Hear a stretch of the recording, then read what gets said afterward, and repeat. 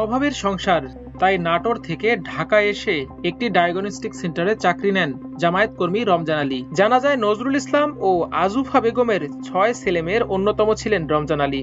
HSC পাশ করে নাটোর থেকে ঢাকায় আসেন তিনি, কাজ নেন ডায়াগনস্টিক সেন্টারে। এরপর বিয়ে করেন, ঘর আলো করে আসে সুকন্যা।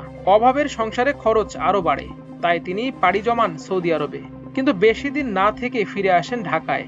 এবার বাড়িতে থেকে শুরু করেন নতুন সংগ্রাম, কাজ নেন রাজমিস্ত্রির। কিছুদিন পর আবার পেশায় পরিবর্তন, ঢাকার বাইপাইলে যোগ দেন মাছের আড়তে, আর তার স্ত্রী কাজ নেন গার্মেন্টসে।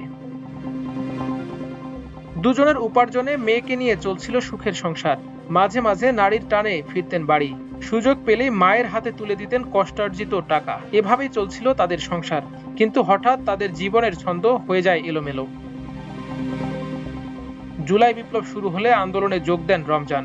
সহযোদ্ধারা জানান, 5 আগস্ট ঢাকার বাইপাইলে আন্দোলনের সামনের সারিতে ছিলেন রমজান আলী।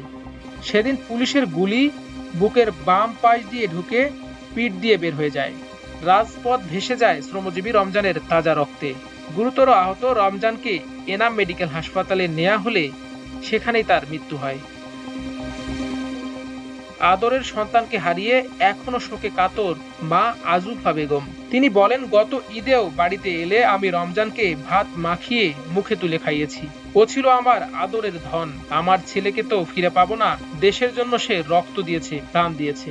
আমার ছেলের রক্তের নতুন প্রাণে জেগে উঠুক বাংলাদেশ। শহীদ রমজানের বাবা নজরুল ইসলাম সন্তান হত্যার বিচার দাবি করে বলেন, আমি জুলাইয়ের সব হত্যাকাণ্ডের বিচার চাই, সবার জীবন উৎসর্গের স্বীকৃতি চাই।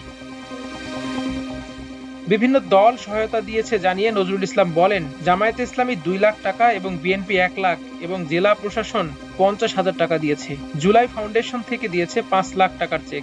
গত ঈদেও বিএনপির ভারপ্রাপ্ত চেয়ারম্যান তারেক রহমান, জামাত, উপজেলা প্রশাসন ও বৈষম্য বিরোধী ছাত্র আন্দোলনের পক্ষ থেকে বাড়িতে উপহার পাঠানো হয়েছে। মাল্টিমিডিয়া ডেস্ক, আমার দেশ।